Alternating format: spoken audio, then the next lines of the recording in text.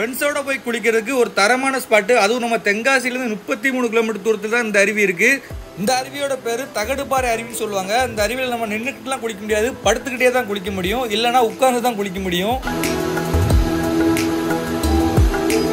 இந்த அருவிக்கு போகிறதுக்கு நம்ம தென்காசிலேருந்து புளியரை வந்துருங்க. புளியரையிலேருந்து எஸ்வலை வழி தான் போகிறோம். இந்த அருவி போகக்கூடிய வழியில் நிறைய டூரிஸ்ட் ஸ்பாட்ஸ் இருக்குது, அதையும் பார்த்துட்டு நம்ம போவோம். எஸ்வலைவிலேருந்து நீங்கள் மேலே ஒரு 3 கிலோமீட்டர் வந்துட்டிங்கன்னா ஆரிகாவுன்னு சொல்லி ஒரு பிளேஸ் வரும். அந்த பிளேஸை பொறுத்த வரைக்கும் 2 வியூ பாயிண்ட் இருக்குது. ராஜா தோட்ட வியூ பாயிண்ட் ஒரு பிளேஸ் போகலாம், அங்கேருந்து ரோஸ்மலை வியூ பாயிண்ட். நம்ம அதை பற்றி தனித்தனியாக வீடியோ போட்டிருக்கோம். நீங்கள் அந்த வீடியோ பார்க்க நினச்சிங்கன்னா நம்ம சேனலில் போட்டிருக்கோம். அதை தாண்டி நம்ம போகிறோம். ஆரிங்காவிலேருந்து இந்த வெஞ்சர் ஃபால்ஸ் போகிற வழியில் பாலருவி வாட்டர் ஃபால்ஸ் வரும். நீங்கள் அங்கேயுமே குளிக்கலாம், அங்கே 50 ரூபா டோக்கன் வாங்கி குளிக்க விடுவாங்க. அதை தாண்டி போனோம்னா ரயில்வே பாலம் ஒன்று வரும். இந்த ரயில்வே பாலத்து பக்கத்தில் தான் போகிறோம். நீங்கள் மேப்பில் போட்டிங்கன்னா மேப்பில் கரெக்டான லொக்கேஷன் காட்டாது. பக்கத்தில் பார்த்தீங்கன்னா இந்த மாதிரி கடலாக கூட இருக்கும். இங்கேருந்து நம்ம 2 கிலோமீட்டரில் இந்த வெஞ்சர் ஃபால்ஸ் போயிடலாம்.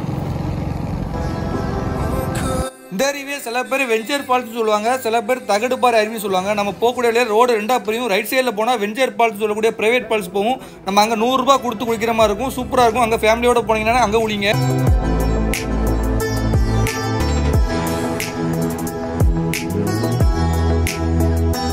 ஒரு கிலோமீட்டரில் ஆளே இல்லாத அந்த ப்ரைவேட் ஃபால்ஸ் இருக்கும். இந்த ஃபால்ஸை பொறுத்த வரைக்கும் யாராவது நின்னாங்கன்னா அங்கே சொல்லிட்டு குளிக்க ஆரம்பிங்க.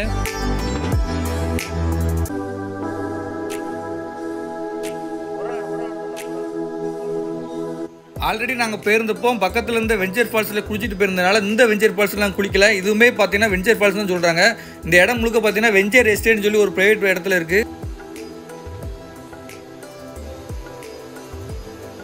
மற்ற அருவி மாதிரி தண்ணி விழும், அதில் குளிக்கிற மாதிரி இருக்காது. கல்லோட ஒட்டி வர மாதிரி தான் இருக்கும். நம்ம அதில் போய் சாஞ்சி நின்று குளிக்கிற மாதிரி தான் இருக்கும்.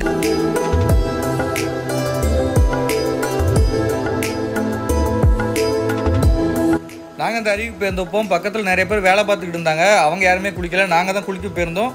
நாங்கள் குளித்ததுனால அங்கே குளிக்கல. இது பக்கத்துலேயே பார்த்தீங்கன்னா அந்த அருவிக்கு மேலேயும் போய் குளிக்கலாம். மேலே போய் குளிக்கிறது பார்த்தீங்கன்னா உட்காந்து குளிக்கிற மாதிரி இருக்கும்.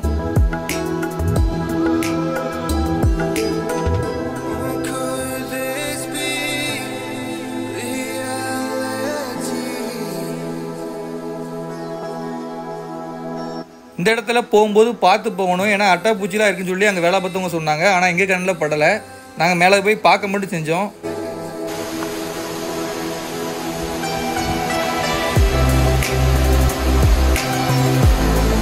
இந்த அருவியில் வரக்கூடிய தண்ணி பார்த்தீங்கன்னா மழை பெஞ்சால் மட்டும் கொஞ்சம் கலங்கலாக வரும்னு நினைக்கிறேன். மற்ற டைம் பார்த்தீங்கன்னா தண்ணி சுத்தமாக தான் இருந்தது. நாங்கள் குளிக்க போயிருந்தப்போ தண்ணி ரொம்ப கிளியராக இருந்தது.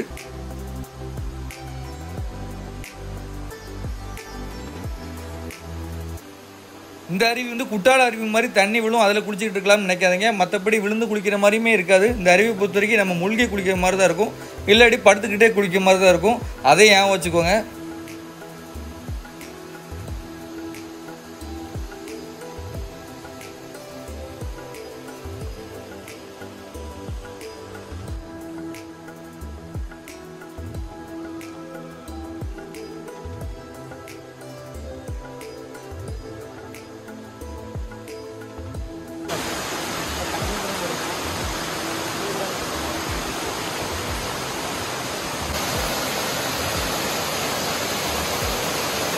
இந்த அருவியில் அவங்க பார்த்தீங்கன்னா தண்ணி போகக்கூடிய இடத்துல நிறைய கல்லெல்லாம் வச்சு வேலை பார்த்துக்கிட்டு இருந்தாங்க. கூடிய சீக்கிரத்தில் இந்த அருவியுமே ப்ரைவேட் ஃபால்ஸ் ஆகிடுவாங்க நினைக்கிறேன். காசு வாங்கிட்டு குளிக்க விட்டாலும் விடுவாங்க, சொல்ல முடியாது. அதுதான் ரெடி பண்ணிட்டு இருந்த மாதிரி இருந்தது. நீங்கள் வரும்போது அந்த மாதிரி இருந்துச்சுன்னா வீடியோக்களை கமெண்ட் பண்ணுங்கள். தென்காசி குற்றாலம் டூர் பிளான் பண்ணுறீங்கன்னா நம்ம சேனலில் தென்காசி குற்றாலம் பக்கத்தில் என்னென்ன டூரிஸ்ட் ஸ்பாட்ஸ் இருக்குது அப்படிங்கிற போய் தெளிவாக வீடியோ நிறைய போட்டிருக்கேன். நம்ம சேனலில் விசிட் பண்ணி பாருங்கள்.